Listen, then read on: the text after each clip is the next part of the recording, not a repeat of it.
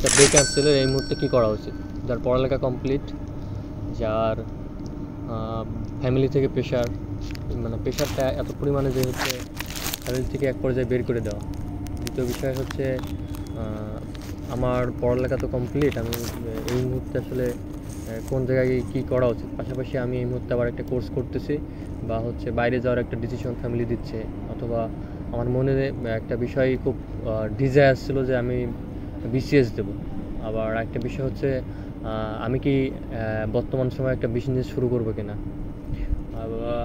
এর পেছনে কারণ হচ্ছে বিজনেস, আমি যখন ভিডিওগুলো দেখি যে কোনো একটা মানুষ বিজনেস শুরু করেছে আর রাতারাতি ভালো একটা জায়গা অ্যামাউন্ট ইনকাম করতেছে, সো সেই জায়গা থেকে একটা ডিজায়ার সৃষ্টি হয়। এবং বিসিএস একটা সম্মানীয় পেশা, এখানে আমার যাওয়ার ইচ্ছে ছিল, বাট এই মুহূর্তে যাওয়া ঠিক হবে কি না। আর 3 নম্বর স্টেপ হচ্ছে বাসা থেকে বলতেছে বাইরে যেতে, বাইরে গেলে লাইফ সেটেল, সো এই ক্ষেত্রে এটাও ঠিক হবে না। তো আসলে আপনার এই মুহূর্তে ডিসিশন আসলে কোনটা উচিত, এই মুহূর্তে আপনি কোনটা সিদ্ধান্ত নিলে আপনার লাইফটা, পোর্টফোলিওটা বিউটিফুল হবে। সো আমাদের এই মুহূর্তে চাওয়াটা কিন্তু প্রত্যেকেরই একই, যে লাইফটাকে সুন্দর করা, লাইফটাকে গোছানো, একটা লাইফ পার্টনার ম্যানেজ করা। এখন আমার বা আপনার ওইখানে যদি আমি থাকতাম, আপনি কি ডিসিশন নেবেন এটা আসলে আমি জানি না, বাট আপনার ওইখানে যদি থাকতাম তাহলে আমি যেভাবে থিঙ্ক করতাম, সো প্রথম বিষয়ে আমি থিঙ্ক করতাম যে আসলে রিয়েলিটি আসলে কী। একটা হচ্ছে ইমাজিনেশন, একটা হচ্ছে রিয়েলিটি, একটা হচ্ছে থিঙ্ক, আর একটা হচ্ছে বাস্তবতা। সো দুইটাই প্রবাবলি গুরুত্বপূর্ণ, বাট আমার ক্ষেত্রে আমার ভেতরে আসলে কোনটা বেশি পোটেনশিয়াল, আমি আসলে কোনটা বেশি পারবো বলে কনফিডেন্ট ফিল করি, আমি কোনটা বেশি নিয়ে থিঙ্ক করি একটা বিষয়। এবং দ্বিতীয় বিষয় হচ্ছে আসলেই এই মুহূর্তে কোনটা সঠিক, আমি যেটা চিন্তা করি এটা তো চিন্তা করি, বাট এটা রিয়েলিটি আসলে কী। তো চলেন আমরা একটু বিসিএস কেটার রিয়েলিটি দেখি, এটা আসলে কতটুকু সম্ভব বা পসিবিলিটি আছে। প্রথম বিষয় হচ্ছে আমি বিসিএস স্টাডি করতে হবে, বাট এখনই আমার বাসা থেকে বের করে দিছে। সো এখন যদি আমি 5 বছর বিলং করতে যাই স্টাডি লেভেলে, তো ওই মুহূর্তে আমার প্রেশারটা কিন্তু হাই লেভেলে হবে, এবং আমার এই মুহূর্তে যদি নিজেকে চালানোটা এত কষ্টসাধ্য হয়, তাহলে আগামী 5 বছরে আমি নিজেকে চালাতে গেলে অনেক বেশি ঝামেলা পোহাতে হবে। পাশাপাশি ফ্যামিলি ব্যাকআপ তো একদমই জিরো হবে, ফ্যামিলি প্রেশার হবে, এবং আমি যেহেতু হিউম্যান, সো ন্যাচারালিভাবে আমাদের অলরেডি আমাদের সোসাইটি একটা ম্যারিড স্ট্যাটাসের একটা লেভেল থাকে, বা কোনো একটা কিছু করে লাইফটাকে সেটেল করার একটা এজ থাকে। সো ওই এজটাও ওভারকাম হবে।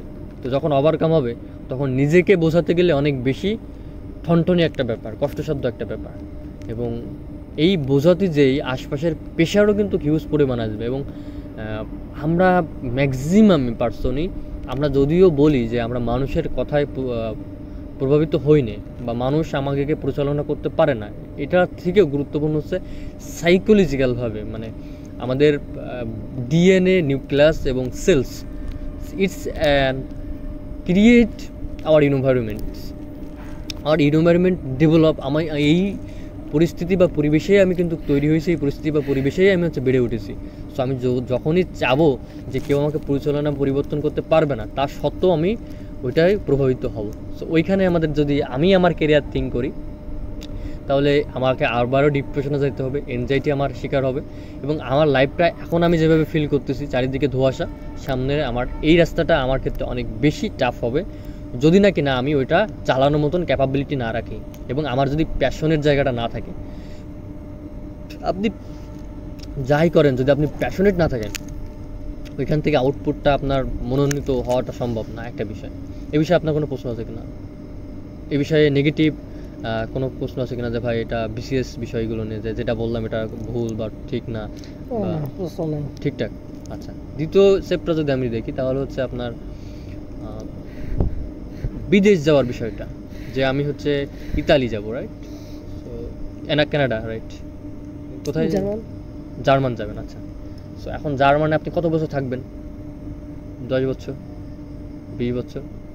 আচ্ছা, আপনি বাংলাদেশি নাগরিক, আপনার প্যাশনের জায়গাটাও বাংলাদেশে। আমার জায়গা থেকে আমি যেভাবে থিঙ্ক করতাম যে আসলে আমি যদি বিদেশ যাই, তাহলে সেক্ষেত্রে আসলেই আমার লাইফ সেটেল হচ্ছে কিনা, নাকি আমার টাইম স্পেন্ড হচ্ছে। একটা হচ্ছে টাইম স্পেন্ড, আর একটা হচ্ছে লাইফ সেট মিনস হচ্ছে হেলদি এবং ওয়েলদি। এবং আমাদের লাইফের একটা পর্যায় পর্যন্ত, একটা স্টেপ পর্যন্ত মানি নির্ভর করে, যে আমাদের কাছে মানি খুবই প্রয়োজন, এই মুহূর্তে আমাদের মানি খুবই প্রয়োজন। বাট সাডেনলি একটা স্টেপ পড়ে যায়, এই স্টেপটা কমপ্লিট করার পরে আমাদের কিন্তু মানি প্রয়োজন না, তখন আমাদের প্রয়োজন হয় একটা ফ্যামিলি, একটা হ্যাপিনেস লাইফ। সো ওইটা আসলে আমি কতটুকু পাচ্ছি, আবার আমি আসলে লাইফ সেট বলতেছি, কিন্তু আসলেই বাস্তবিক অর্থে লাইফ সেট হচ্ছে কিনা, যদি হয় তাহলে ওই দেশ থেকে আমার এই দেশে আশা লাগতেছে কিনা, যদি আশা লাগে তখন আমি কি করতেছি, বা যারা যাচ্ছে তাদের লাইফটা আসলেই হ্যাপি হচ্ছে কিনা, নাকি তারা শুধুমাত্র জীবন বাঁচার তাগিদে দৌড়াচ্ছে।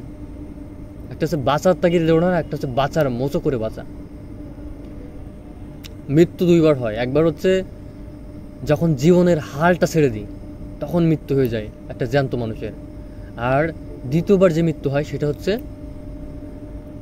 লাইফের বডি থেকে আত্মা ডিভাইডেড হয়ে যাওয়ার পরে, সোল থেকে আত্মা ডিভাইডেড হয়ে যাওয়ার পরে। সো আসলেই ওই মুহূর্তে আমার বডি থেকে আত্মা থাকবে কিনা বডিতে, বা যদি থেকেও থাকে তাহলে আসলেই আমি হ্যাপি হব কিনা, আসলে আমি ফ্যামিলির সোয়াটা পাবো কিনা, মায়ের ভালোবাসা পাবো কিনা, বাবার ভালোবাসা পাবো কিনা, আমার পার্টনারের ভালোবাসা পাবো কিনা। যদি আপনি দেখেন আমাদের বাংলাদেশের প্রেক্ষাপটে এখন কিন্তু পরকীয়ার সংখ্যা গত 5 বছরের তুলনায় এই রেশিওটা এত লেভেল হাইতে গেছে, যেটা গত 5 বছরে এটা অকল্পনীয় ছিল, সেটা বাস্তব হয়েছে। এবং আপনি যখন বাইরে যাবেন, আপনার বয়স এখন আই থিঙ্ক গেস করে যদি 25-এর আশপাশ, বাইরে গেলে 5-10 বছরে যদি আপনি কাটান তাহলে সেক্ষেত্রে আপনার 35 হচ্ছে, 35 হচ্ছে। তো আপনি যখন একজন 35 বছরের আমাদের দেশের একটা ছেলে যদি আপনি দিকে তাকান, তাহলে সেক্ষেত্রে তার অবস্থা, তার কোয়ালিটি, তার ক্যাপাবিলিটি, তার অবস্থান কোন জায়গায়। আপনি আমার জায়গা থেকে আমি থিঙ্ক করছি, আপনি যাইতে যান এ বিষয়ে আমার বিন্দুমাত্র কোনো আক্রোশ নেই, বা আপনাকে যাইতে নিষেধ করতেছি বিষয়টাও তা না, আপনার রিয়েলিটিটা আমি থিঙ্ক করার জন্য ক্লিয়ারিটি দিচ্ছি। আর দ্বিতীয় বিষয় হচ্ছে কোনটা আসলেই আমরা যেটা ভাবি সেটা আসলে আমাদের লাইফটা ভেবে হয় কিনা। আপনি একটা কাজ করতে পারি আমরা, যে বিদেশ যারা গেছে এদের 5 জনের কাছে আমি যাব, ভিজিট করব, যাওয়ার পরে বলবো ভাই তোমার লাইফে হ্যাপিনেস তুমি কিনা। যদি আমি 5 জন আমার কাকা মামা এদের কাছে থিঙ্ক করি আর এদের কাছে প্রশ্ন করি, যদি আমার আশপাশে তো নিশ্চয়ই বিদেশ আছে, তো এদের কাছে আমি যদি যাই, মানে একটা কাজ শুরু করবো, তাহলে 5 জন যারা এই কাজটা করি তাদের কাছে পরামর্শ নেওয়া উচিত যে এই রাস্তাটা কেমন হবে। তো আমি যদি তার কাছে যাই যে ভাই বিদেশ তো কাটালে 10 বছর 15 বছর, তাহলে ফিলটা কেমন, কেউ হয়তো বলবে টাকা পাইছি কিন্তু লাইফে শান্তি নাই, কেউ হয়তো বলবে টাকা নেই, বিদেশ কাটাচ্ছি সময়টাও নষ্ট, জীবন এবং যৌবন দুইটাই নষ্ট, ফ্যামিলির ভালোবাসা পেলাম না। সো এইরকম ফিডব্যাক বা কমেন্ট অহরহ পাওয়া সম্ভব, এবং এটা আজকের দিনেও ঘটনা, যে বিদেশ থেকে এসে বউ নাই। সো আজকের দিনেও প্রুভমেন্ট ঘটনা যে বিদেশ থেকে এসেও বউ নাই। So is it reality or not? So আমাদের এটা আসলে রিয়েলিটি। এখন এই স্টেপটাও আমরা যদি এই মুহূর্তে ব্যাকআপ প্ল্যান বা এই মুহূর্তে আমরা যদি মেক করার ট্রাই করি, তাহলেও এটা আমাদের জন্য একটু কষ্টসাধ্য হবে। বাট আমাকে আপনাকে থিঙ্ক করতে হবে যে আসলে এই মুহূর্তে পৃথিবী মার্কেটে কি চলতেছে। We are smart, we are talented, we are educated, right? So we are dedicated. বয়স যা হয়েছে, টাইম যা হয়েছে, আমরা তো চাইলেই আমাদের পিছনের ওই এজটা ফিরে আনা সম্ভব না, বাট আমরা চাইলে করতে পারি এই মুহূর্তে right decision. We can not change our past, but make it right decision can change our life, can change our future. So আমাদের ডিসিশনটাই আমাদের ফিউচার, আমাদের কেরিয়ারটা নির্ভর করবে যদি আমরা এই মুহূর্তে রাইট একটা ডিসিশন নিতে পারি। আমাদের ব্রেন আসলে কি, আমাদের ব্রেনের কয়েকটা ফাংশন আছে আমাদের মাইন্ডের। সো তার ফাংশনের ভিতর দুইটা কমন ফাংশন, একটা হচ্ছে কনসিয়াস আর একটা হচ্ছে সাবকনসিয়াস ফাংশন। কনসিয়াস ফাংশন হচ্ছে সচেতন মন, আর সাবকনসিয়াস হচ্ছে অবচেতন মন। সো আমাদের ব্রেন তখনই কনফিউজ হয়, তখনই আমরা হতাশ হই, তখনই আমরা অতিরিক্ত থিঙ্ক করি, যখন আমাদের ব্রেন ক্লিয়ারিটি পায় না। Because clarity is power, clarity equal to focus, focal equal to your life. So আপনি কোন দিকে ফোকাস দিচ্ছেন, আপনার আউটকামটা তাই আসবে, আপনার ইনপুটটা যা হচ্ছে। তো এই মুহূর্তে আসলে আমাদের থিঙ্কটা কী করা উচিত বা স্কিলটা কীভাবে ডেভেলপমেন্ট করা উচিত। দেখেন, প্রত্যেকটা পেশাটাই সুপার ডুপার, প্রত্যেকটা পেশা, আমি কোনো পেশাকে সরে করতেছি না, আপনি যে কোনো কাজ শিখতে পারেন, তো বিন্দুমাত্র আমার কোনো আক্রোশ নাই।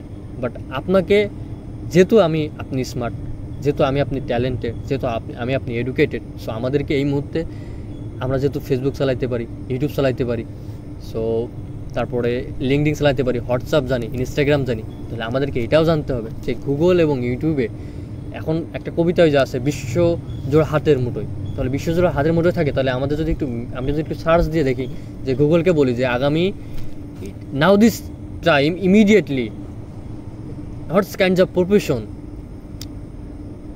বর্তমানে পৃথিবীর মানুষ লিড করতেছে, বা আগামী 30 সাল বা 26 সাল 27 সাল পুরো পৃথিবী মার্কেটে রাজত্ব করবে। কোন এমন কাজ আছে যে কাজ আগামী 30 সাল বা 30 সাল বা 32 সাল বা 27 সাল এই এতটুকুর ভিতরে, এত সময়ের ভিতরে নেক্সট জেনারেশনকে লিড দিবে? কোন স্কিল আছে, কোন কাজ আছে? সো এইটা যদি আমরা দেখি, তাহলে আমরা নিশ্চয়ই দেখতে পাবো এখানে আসলে আমরা যে কাজগুলো নিয়ে থিঙ্ক করতেছি, আমরা যে কাজগুলো করতেছি, আসলে এটার একটা লিস্টেও নাই। যেটা একটা লিস্টে নাও থাকে, তাহলে আমরা যে লাইফস্টাইল নিয়ে বর্তমানে থিঙ্ক করতেছি, এই ধরনের লাইফস্টাইল পাওয়াটাও একটু ডিফিকাল্ট। কেন ডিফিকাল্ট? কারণ হচ্ছে আমরা যে মানে এই যে আমি এই যে নোকিয়া ফোন সম্পর্কে তো নিশ্চয়ই জানি, তো নোকিয়া ফোনের একটা সময় রমরমা বিজনেস ছিল, বাট এখন ইমিডিয়েটলি মার্কেটে নাই। It's an example. ঠিক একইভাবে আমরা যদি আমাদের পৃথিবীর সাথে আমরা মোবাইলে প্রতিনিয়ত আমাদের আপডেট চাই, আমাদের ল্যাপটপ হচ্ছে আপডেট চাই, ভার্সন চাই, আপডেট ভার্সন। বাট আমি যদি আপনাকে প্রশ্ন করি যে ভাই আপনি তো হতে চাইছেন, ঠিক আছে, বাট আপনি লাস্ট কবে নিজেকে আপডেট করছেন? আপনি আসলে যে এডুকেশনগুলো নিচ্ছেন, আপনি আসলে যে লার্নিংগুলো নিচ্ছেন, আপনি আসলে যে রিডিংগুলো নিজের ভিতরে গ্যাদার করতেছেন, এইগুলো আসলেই আপডেট হচ্ছেন কিনা, আপনি এগুলো আসলে আপডেট নেওয়ার জন্য কার্যকরী কিনা, আপনি যেভাবে লাইফস্টাইল চাচ্ছেন এই লাইফস্টাইলের সাথে এটা ম্যাচিং করতেছে কিনা আপনার লার্নিংগুলো, রাইট? সো আমি যদি এখন থিঙ্ক করি যে 2027 সাল 28 সালে কোন এমন স্কিল আছে যে স্কিল মার্কেট ডমিনেট করবে, আমরা যদি ওই স্কিলটা ডেভেলপমেন্ট করি, তাহলে আমার মনে হয় না নিশ্চয়ই আমরা আমাদের কাঙ্ক্ষিত গন্তব্য, আমাদের কাঙ্ক্ষিত রেজাল্টও পাইতে পারি, right or wrong? Right. So এবং সবথেকে গুরুত্বপূর্ণ একটা বিষয় যে বলছিলাম আপনাকে যে ভাই ইনভেস্টমেন্টের বিষয়টা, যে ভাই আমরা আসলে কি, মানে আমি লাস্ট হচ্ছে বেশ কয়েকদিন আগের ঘটনা, আমি এক মামার সাথে আসতেছি যশোর থেকে, আমাদের নিউ মার্কেট থেকে রিক্সায় উঠছি। এখন মামারে বলতেছে, মামা এই এলাকায় রিক্সা চালাচ্ছেন কতদিন? হে মামা, তো 30 বছর ধরে রিক্সা চালাইতেছি। আমি বলতেছি, মামা ঠিক আছে 30 বছর চালাচ্ছেন, আচ্ছা মামা আপনি যে টিটিসি আছে এটা চেনেন না? তো হ্যাঁ তো চিনি তো, আমাদের বাসার পাশেই। ও আচ্ছা, তা মামা টিটিসিতে যে প্রাইভেট কার শেখায় এটা কি জানেন না? তো হ্যাঁ তো জানি তো। তো মামা তো টিটিসিতে প্রাইভেট কারে আপনার ডেলি রিক্সা চালায় কত টাকা ইনকাম হয়? তো মামা বলবে মিনিমাম 500-700 টাকা তো হয়, মিনিমাম ম্যাক্সিমাম 500-700 টাকার হাইয়েস্টও হয়। আমি বলছি, মামা একটা প্রাইভেট কারের যে ড্রাইভার তার আর্ন কত হইতে পারে আনুমানিক? তা বলতেছে, মামা আনুমানিক একটা রিজার্ভে 5,000, 7,000, 10,000, 15,000, 20,000 টাকা মতো হয়, রাইট? তো এখন আমি বলছি, মামা তাহলে এই যে রিক্সা চালাচ্ছেন 30 বছর, যদি আপনি 30 বছরে বাদ দেন, 2 বছর রিক্সা চালালেন, পরবর্তী 28 বছরে যদি ওই সময়টায় যদি আপনি প্রথম স্টেপে যদি প্রাইভেট কার চালানো শিখতেন, তাহলে কী হতো? হ্যাঁ মামা পাগল পাইছেন নি আমারে? কেন মামা পাগল কেন? এখানে পাগলের তো কোনো কাজ দেখতেছি না। মামা বলতেছে, হ্যাঁ মুই পাগল হয়েছি, মুই টাকা দিমু আর রেজিস্ট্রেশন করমু আর কার্ড চালানো শিখমু, মুই এতটাই পাগল। হ্যাঁ মানুষের টাকা দিমু, ওই টাকা দিয়ে আমি 2 কেজি চাল রাইন্দা খাইতে পারমু। তো বিষয় হচ্ছে ওই যে 2 কেজি চালের টাকাটা, এই 2 কেজি চালের টাকার জন্য কিন্তু পুরো লাইফটাই তার ওই প্রভার্টিটা বহন করা লাগতেছে। ঠিক একইভাবে পৃথিবীতে একটা ল আছে, হচ্ছে ল অফ প্রভার্টি, মানে আমাদের জীবনটা ঠিক ওইভাবেই হয়। একজন ধনী মানুষ কেন ধনী হয়, একজন গরিব মানুষ কেন গরিব হয়, এর ভিতরে ডিফারেন্স বা পার্থক্য আপনি জানলে আজকে চমকে যাবেন যে বিষয়টা আসলে কোথায়। এখানে ডিফারেন্স যেটা, সেটা হচ্ছে যে ধনী মানুষ সে ধনীর হওয়ার জন্য তার ঋণ থাকে মাথায়, এই জন্যই সে ধনী হয়। আর একজন গরিব মানুষ সেও ঋণের কোন না কোনো ঋণ থাকে, সে ঋণের বোঝাটা টেনে নিয়ে পড়ে। এখন প্রশ্ন হচ্ছে ঋণটা কোনটা? যে ধনী হয় সে শেখার ঋণ শোধ করে, আর যে গরিব হয় সে না শেখার ঋণ শোধ করে, এই জন্যই সে গরিব হয়। সো ল অফ প্রভার্টি হচ্ছে আপনি যদি শেখেন তাহলে আপনার লাইফটা ওই ধরনের হবে, আর আপনি যদি না শেখেন তাহলে আপনার লাইফটা ঠিক ওই ধরনের হবে যারা শিখেনি, যারা নিজের সাথে সময়ের সাথে আপডেট করেনি। দেখেন এই যে বিল্ডিংটা, এই বিল্ডিংটা যদি আজকে আমরা যেখানে বসে থাকতাম এইখানে যদি গুছায় যদি এখানে ইনভেস্ট না করতো, লোকজনকে এখানে ভিজিটে আসতো, কখনো পসিবল ছিল না। সো এটা একটা বিষয় যে নিজেকে আপডেট করা, লার্নিং করা। সো বেস্ট ইনভেস্টমেন্ট, আপনার পৃথিবীতে সবাই সব কিছু কেড়ে নিতে পারে, কিন্তু বেস্ট ইনভেস্টমেন্ট যদি আপনি করেন in your cash, best investment in your cash any time crash, but best investment in your brain any time gain. Right ভাই? আপনি যদি বেস্ট ইনভেস্ট আপনার সর্বোচ্চটুকু দিয়ে ইনভেস্টমেন্ট করেন আপনার লিকুইড মানি দিয়ে, তাহলে যে কোনো সময় ওটা ধ্বংস হয়ে যেতে পারে, যে কোনো সময় মার খাইতে পারেন। বাট আপনি যদি সর্বোচ্চ ইনভেস্টমেন্ট করেন আপনার ব্রেনকে, তাহলে আপনি যে কোনো সময় নিজের জীবনটা চেঞ্জিং একটা মুভমেন্টে নিয়ে আসবেন, আপনার লাইফটা চেঞ্জ হবে ইমিডিয়েটলি। সো এটা শনি আর রবি নেই। এবং এই সেম কথাটাই পৃথিবীর top number one investor Warren বাফেটের কথা। এবং দ্বিতীয় বিষয় হচ্ছে আপনাকে আমাকে এই স্টেজে মানি ম্যানেজমেন্ট করা শিখতে হবে। একটা হচ্ছে স্কিল ডেভেলপমেন্ট, আর একটা হচ্ছে মানি ম্যানেজমেন্ট। মানি ম্যানেজমেন্ট বলতে কী বোঝাচ্ছি? মানি ম্যানেজমেন্ট বলতে বোঝাচ্ছি আপনাকে লাইবিলিটিস এবং অ্যাসেটস এই দুইটা ডিভাইডেড করা আমাকে শিখতে হবে, আপনাকে শিখতে হবে। তা না হলে আপনি সারা জীবন রেট রেসে দৌড়াবো, ইঁদুরের মতো দৌড়াবো। মানি ম্যানেজমেন্ট, লাইবিলিটিস কি আর অ্যাসেট কি, এই মুহূর্তে আপনাকে আমাকে ক্যালকুলেটিভভাবে থিঙ্ক করতে হবে যে এই মুহূর্তে আমার জন্য অ্যাসেট কি, আমি কোথায় 1 টাকা খরচ করলে ওটা আমার জন্য অ্যাসেট হবে, এবং কোথায় 1 টাকা খরচ করলে ওটা আমার জন্য বোঝা হবে, যে পরবর্তীতে ওইখান থেকে আমার আউটপুট আসবে না। সো এটা একটা বিস্তর এডুকেশন। সো এডুকেশনের উপরে আপনাকে স্টাডি করতে হবে। এবং দ্বিতীয় বিষয় হচ্ছে আপনাকে যদি লাইফে হ্যাপি থাকতে হয় তাহলে ইমোশনাল ইন্টেলিজেন্টের উপরে, ইআইয়ের উপরে আপনাকে নলেজ গ্যাদার করতে হবে।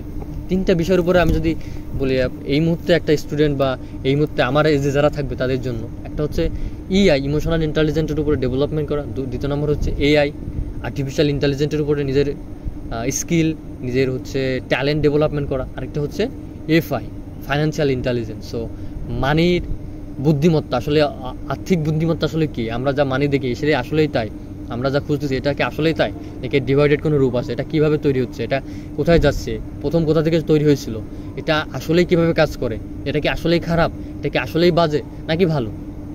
সো যতক্ষণ না পর্যন্ত আমি এই মিথটা না ধরতে পারবো ততক্ষণ পর্যন্ত আমার লাইফটা ওই ধরনেরভাবেই কাটবে। সো এই যে কথাগুলো বললাম, এই বিষয়গুলোর উপরে এই মুহূর্তে আপনার চিন্তা কি, এবং আপনি কী ধরনের চিন্তা করতেছেন, এবং যে কোনো ধরনের যদি প্রশ্ন থাকে আমাকে ব্লকিং করার জন্য, আমাকে আটকে রাখার জন্য, বা কোনো কিছু জানার জন্য বলতে পারেন।